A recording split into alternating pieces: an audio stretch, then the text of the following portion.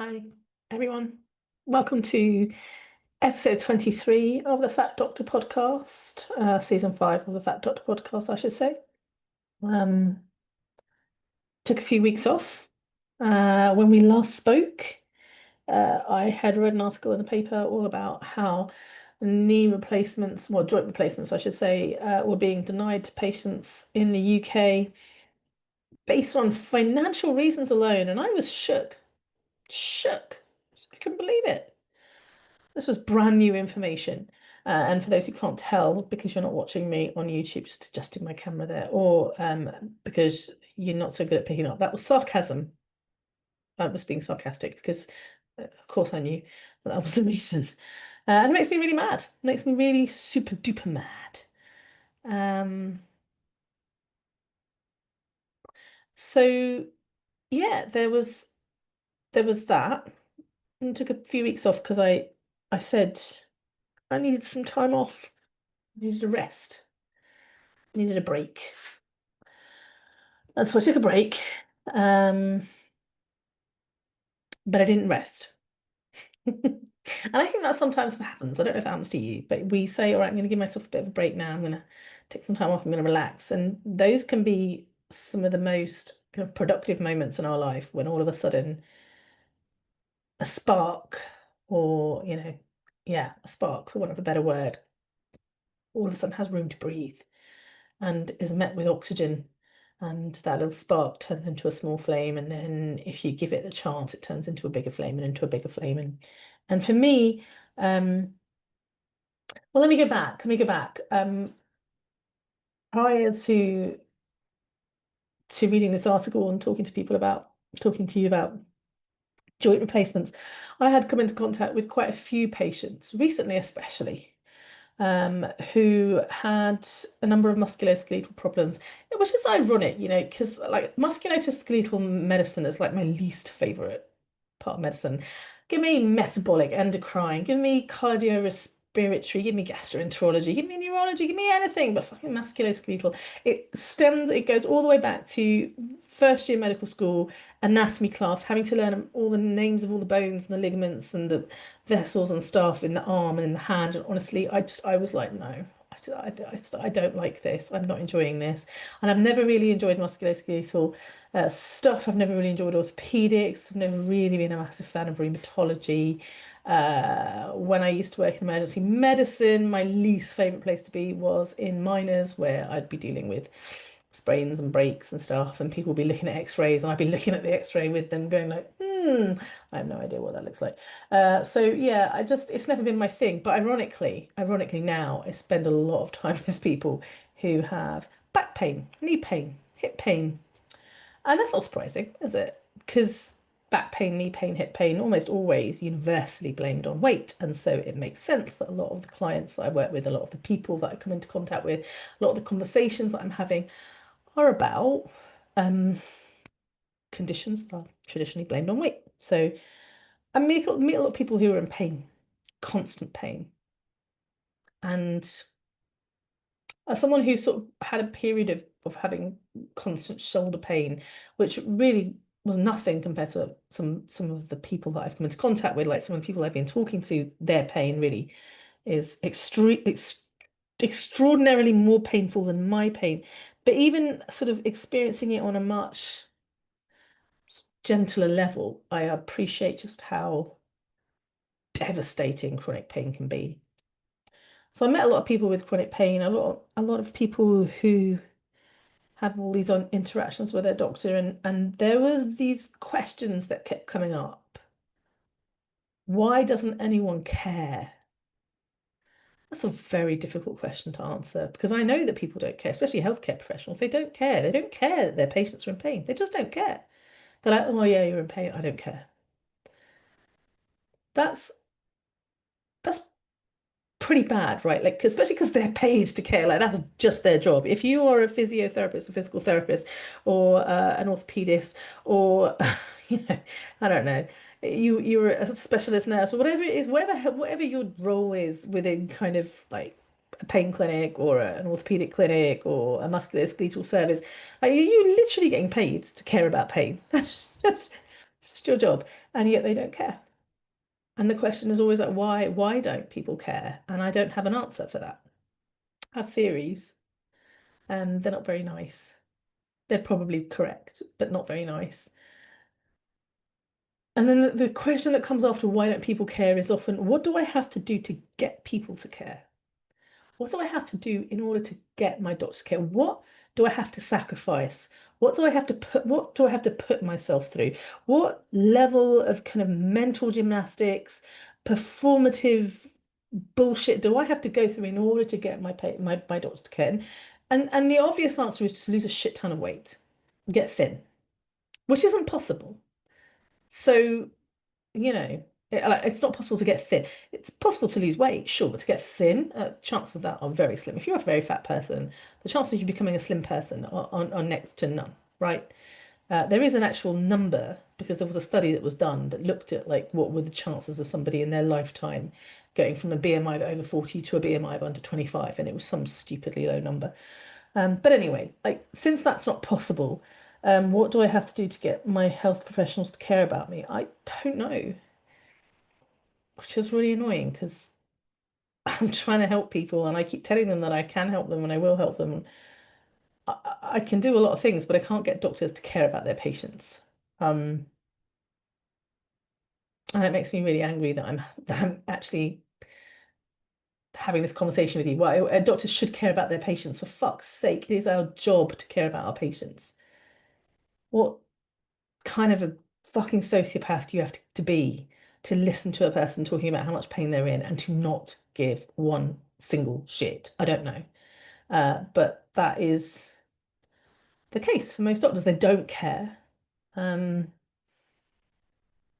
and so yeah, I've met a lot of people who are like, why don't my doctors care? What do I have to do to get my doctors to care about me? And are also at a place where, and I suppose I always feel a little bit apprehensive about talking about this, but I think we need to talk about it. People who are just like, I don't want to be here anymore.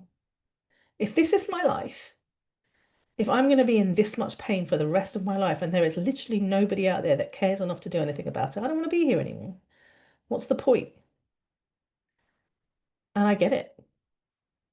I get it. And I'd had a few interactions with a few patients who were being denied joint replacement surgery that was essential for their life. Like, it was like they had become so disabled as a result of their severe arthritis and they needed a joint replacement. It was clinically indicated. Everyone agreed, but they were just being told, no, you can't have one, you're too fat. You just can't have one because it's risky, it's dangerous. And so yeah, that's some context. So I'd read an article in the paper about how, and like you have to go back to episode whatever it was, 21 or whatever it was, where I was talking about this, that, yeah, we probably shouldn't be denying people joint replacement surgery like it was a revelation. Like they were like some groundbreaking news, breaking news. We probably shouldn't be denying fat people joint replacement surgery. It's not breaking, it's not news, but whatever. And now this was in the context of having these conversations with several clients and just people, in my DMs. And so I said I was going to give myself some time off, right? I said, it's okay, June. I need time. I need a break. I'm tired. I don't know. I've run out of inspiration. I'm feeling a bit burnt out. It's just time to take a break. So I took some time off, but I didn't really rest. Instead, instead I wrote a book. It wasn't an actual book. It's not a book. I don't know what qualifies as a book. How many pages do you have to write in order for it to be a book? I like to think of it as a booklet. Like I envision it, the way I see it in my mind is a booklet. One of those booklets that you can get sometimes like in the waiting room, at a doctor's office, and like A5, so basically A4 paper that's been folded in half, stapled. It doesn't have to be fancy. It could just be regular paper. It doesn't even have to be glossy. Glossy would be nice though. I quite like the idea of having nice sort of texture to it, but it's a booklet. And the title of the booklet is Jenny Needs a New Knee, but she's too fat to get one. And this title has been in my brain for like months, months and months and months. I just really like the title because I thought it was funny. Jenny needs a new knee, but she's too fat to get one. It's very much like the truth, right? It's my kind of style of just telling it like it is. because she does need a new knee, but she's too fat to get one. I tell the story of a woman named Jenny, and the point of this booklet was that I wanted it to have lots of information in it, lots of statistics and evidence, and I wanted there to be references, lots of clinical references, so that people would know that I wasn't cherry picking the evidence, I wasn't just talking out my arse, and I can cite my sources. I cited my sources. Ended up being 29. Again, really problematic that it was 29 and not 30. I almost wanted to go out and find a 30th just to put it in there because 29 felt like a terrible number. But anyway, I did it. I left it. 29 references, 45 pages. And at the very center of this book is a person. She's a made-up person. Her name is Jenny. I made her up. I got some pictures of Canva and I made her up, turned her into a real person. A real person. A real patient experience at the very heart of this booklet. Every chapter in this booklet tells the story of Jenny and Jenny's experience of being told that it's all her fault that she's in pain and really she'd do well to lose some weight because that would fix her pain, which of course it didn't. And then having to see a physiotherapist or a physical therapist, depending on what you like to call them wherever you live. And that physiotherapist says you got to lose weight to fix the pain, which is not true. And I talk about that, and then goes to see a specialist, an orthopedic specialist, who says, you know what, Jenny, you actually need a new knee, but you're not going to get one because you're too fat, and then have to go through the whole like being denied surgery. And then Jenny gets told that she should have bariatric surgery instead because you can't have knee replacement surgery, but you can have bariatric surgery. And I spend some time demonstrating unequivocally how that is really, really bad advice. Like that's dangerous advice for lots of reasons. Number one, it doesn't actually improve outcomes. Number two, it worsens clinical outcomes. People who have bariatric surgery prior to knee replacement surgery actually end up having way worse complication rates, readmission rates, all sorts of things. I also talk about the risks of bariatric surgery versus the risks of knee replacement surgery. Knee replacement surgery, hip replacement surgery, relatively low risk, right? These are quite low risk procedures. Risks are quite low. So like they talk about infection, the risk of infection, the risk of infection is like 1 to 2%. So I present the kind of facts here about how actually mm, there's no benefit to bariatric surgery. If anything, bariatric surgery is dangerous and should never be recommended ever, but certainly in the case of people who need a knee replacement. I even mentioned GLP-1s. So I tell the whole story of Jenny. Jenny goes through this journey, which is a very familiar journey to a lot of people. And I provide reference after reference after reference, proving, I think, without a shadow of a doubt, that it's bullshit. That weight loss prior to joint replacement surgery is unnecessary and clinically harmful. And we just shouldn't do it. Like we should never do that. That's wrong. We should just give people joint replacements no matter what they weigh. I think I did a pretty good job proving it. I think you'd be hard pressed to refute the evidence. So yeah, I wrote this little booklet during my time off, and then I was like really cross with myself because I was like, Asha, you Egypt. You're supposed to be resting and relaxing. You did the opposite of resting and relaxing, and now you have to go back to work. And I'm not gonna be lie to you, I really didn't want to. I was like, July is coming. I said I'd be back. I don't want to be back. I don't want to do another podcast. I don't want to do this, that, and the other. I don't want to meet all of my obligations, if I'm honest. That just felt like a real like noose around my neck.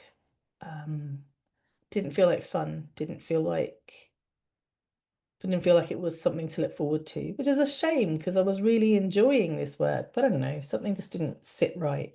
But when I thought about Jenny and her new knee, I sort of did get excited a bit, kind of, maybe. It's complicated. So I find myself in this situation right now where I really don't know what to do. Um, I hate when that happens. I love always knowing what I'm supposed to do. Like, I don't like not knowing. Um, when I think about all the people out there who are struggling to get joint replacements because of their weight, I think we really need to do something about that. We need to make a change. And as much as I enjoy helping people on a one-to-one level, like being able to make that change, I also want to be able to help people I want to create sort of more sort of systemic change as well. And there are very few people, if any people, talking about this. And I just feel like there's potentially so much there. And there might be people listening to this going, well, why knee replacements? Why not something else? Why not all surgery? Why not this and that? And I agree with you. Uh, but I feel like this is a really good place to start. I feel like it's a good place to start because there's a lot of evidence, supportive evidence. In fact, a lot of the references that I came out within the last 3 or 4 years, which is pretty impressive, right? Like there is a lot of evidence that we shouldn't be denying fat people knee replacements or joint replacements. There's less evidence for other conditions. So it's a good place to start. But I think once we start picking at the holes and and examining the lies that the medical professional telling its patients, in this area, I think that has the potential to impact all other areas. I think it has the potential to impact all surgical denials based on BMI, and then potentially to open up a conversation about BMI in the first place within medicine. And I know that we're already sort of having this conversation, but not really. And the people who are having this conversation are perhaps the most dangerous people out there. So that would be the weight loss industry. So yeah. So there's this kind of part of me that's like, there's so much potential here, potential energy. And there's a part of me that's really excited about that. And then I'd say that's maybe like a quarter of me is excited about that. And then three-quarters of me is kind of like just ready to shut it down. Like I wrote the book, it was just a thing I did during my time off. There it is, out there. If people need it, they can use it. Let's move on, shall we? And that's a thing that I do. And I went to therapy earlier on today. I talked to my therapist about it. I was like, why do I do that? Why do I just kind of like move on to the next thing really quickly? Like just come up with a new idea, come up with a new something. I don't spend too much time here. And I don't know that I had got any answers at the end of this one therapy session, but I am beginning to realize that it is a pattern for me. And it's a pattern that I'd like to break. That I would really like to stay focused on one thing rather than like move on to the next thing, move on to the next thing. I've been moving on to the next thing my whole entire life. Um, Pivoting, if you will. Like, yeah, tried that, didn't work, or even if it did work a little bit, but didn't work the way I thought it was going to work, or didn't have the outcome I was expecting, or even did have the outcome I was expecting, but that's still not good enough. I'll just pivot and I'll move on to the next thing. That's what I do. Sticking around and trying to see something through, that's a lot harder for me. I don't know what it is. I don't know if it's the not knowing. It's the kind of the unknown. I don't know what to do now. All right, I've written this booklet. Now what? And perhaps if I gave myself a chance, perhaps if I spent some time, like, I don't know, thinking about that or brainstorming, or even better, asking for help. That's the next problem thing. I'm not very good at that. I'm not very good at asking for help. I'm surrounded by these brilliant people. Like I have this fantastic community. I'm so resourced. I'm so lucky. I can just turn around to any number of people in my life and go, "Hey, what do you think I should do next? Like, what would your suggestion be?" And I'm sure they could come up with 10 different ideas each. I mean, I bet if I asked you, the audience, hey, what do you think I should do with this little booklet? Have you read it? Have you seen it? It's called Jenny Needs a New Knee, but she's too fat to get one. Like I've put a lot of the stuff, and you can buy it if you want for a small fee.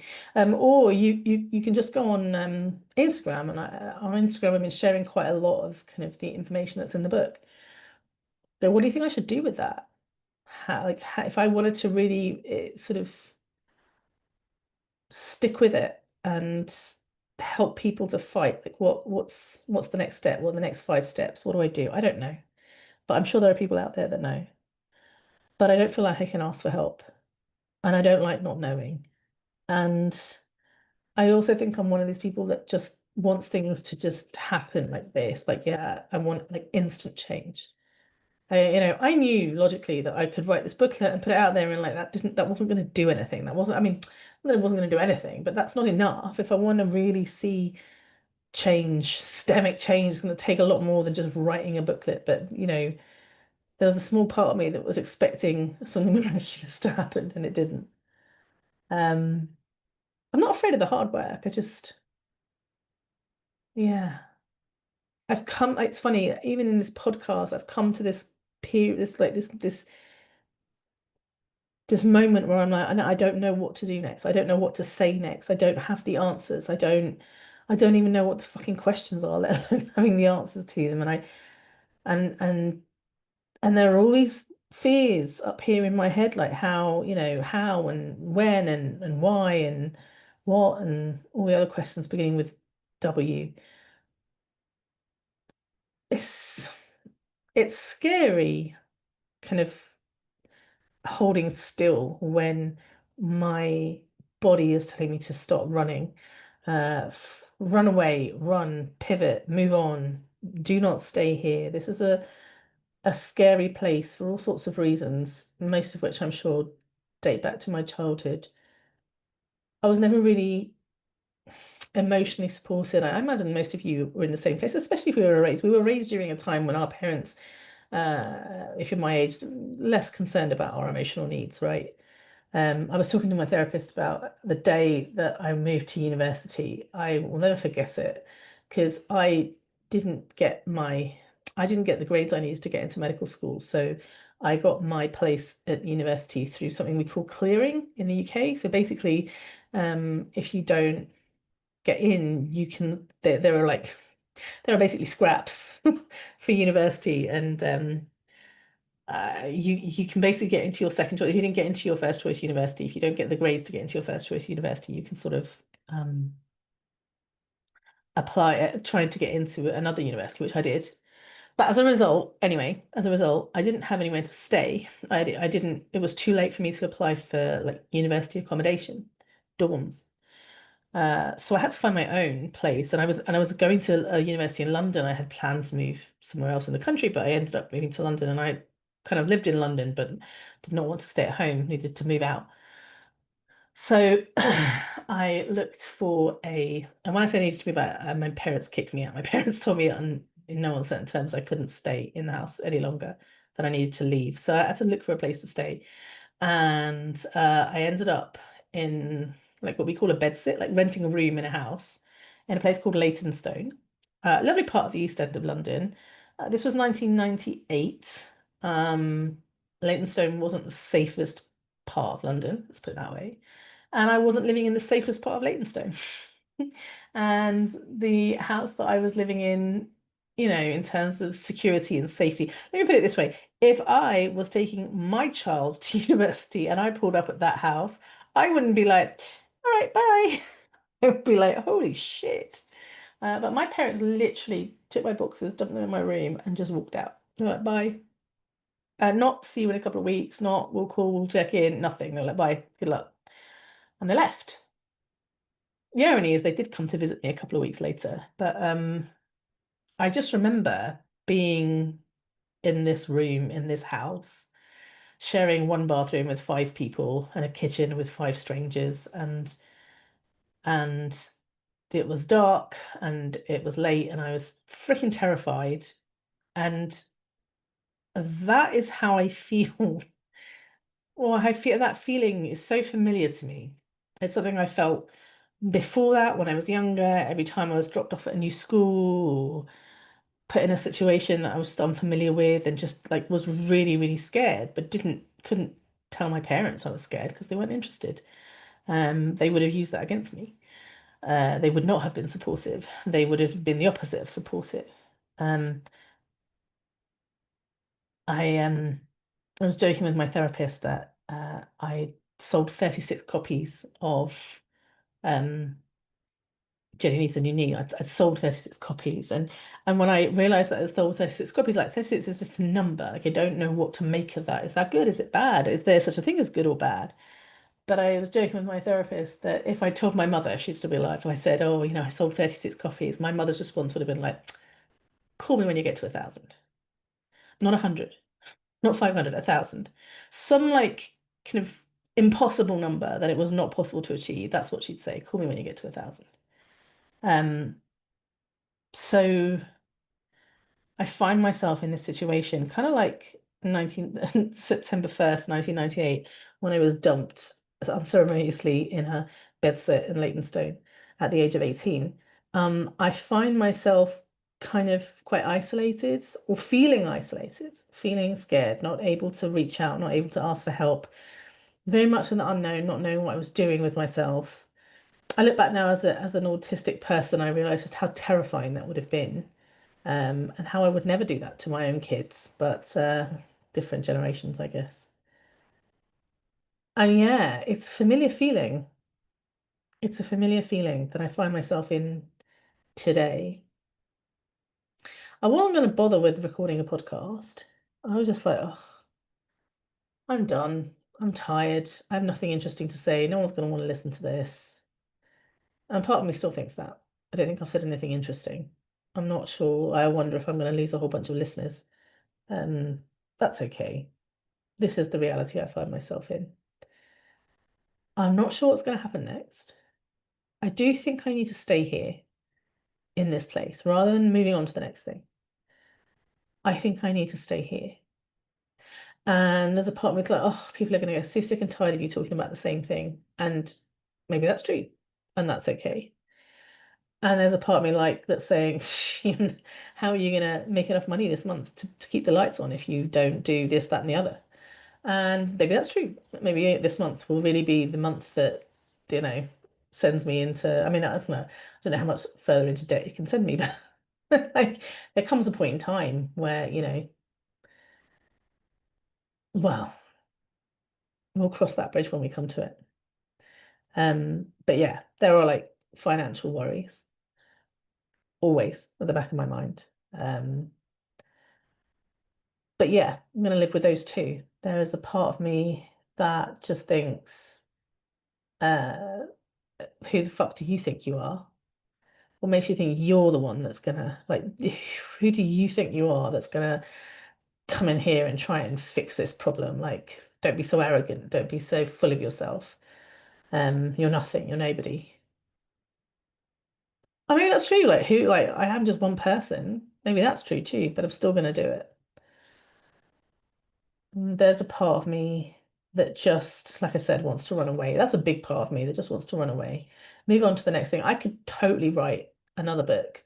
I mean, it just requires a bit of research. And I could do another one for another condition. And then I could just put that out there. And then I could do another one for another condition and put that out there. And I could just keep doing that. I could just keep doing that. And I'm not saying that's wrong, but I just wonder what would happen if I didn't, if I just stuck with this one for a little bit longer. If I did keep talking about it, if I took the next step and the step after that and the step after that, and I don't know what those steps are yet, so don't ask me. And oh, by the way, if you have any ideas, like please tell me. But I am open to all suggestions, to all feedback. And if you are like, oh, I'm not keen on this new turn. I'm not a big fan of this new version of the Fat Docs podcast. Totally understand. No need to let me know though. That's fine. You just keep your opinions to yourself and just move on. But um, other than that, yeah, any and all feedback welcome. Let's see what happens. Hey, I'm not going to do all the other stuff that I normally do with my podcast. I'm not going to force myself to follow um what's the word I'm looking for? Not a pattern, a set of rules. That's not what I'm looking for, but a set of rules that I've given myself. This is how we do podcasts here at the Fat Doctor. No, I'm not going to do that. I'm going to do what I want to do. I'm going to sign off. It's probably not long enough, doesn't matter. I don't know what next week's going to be about. I don't know what the week after that is going to be about. I don't know if I'm going to do a masterclass this month. Probably not. Probably not, people. I've done lots of masterclasses. There's plenty to choose from. I'm still writing my book, no way, but I don't know. Am I going to put that on hold for a bit? How am I going to work that out? I don't know. Haven't figured it out. Doesn't matter. Um, I will figure it out. I'll let you know. Thank you to those of you who are supporting me especially those of you who are supporting me financially. You're literally keeping me and my family fed, and for that I am grateful. Um, Thank you to those of you who are supporting me emotionally, are doing what my parents never did, you know, not leaving me alone in the bed sitting Leytonstone, instead saying, "Hey, we're here. What can we do, Asha?" Or just here to distract you or here to support you. Thank you to all of you doing that. Um, yeah, let's see what let's see what next week brings, shall we? I'll see you then.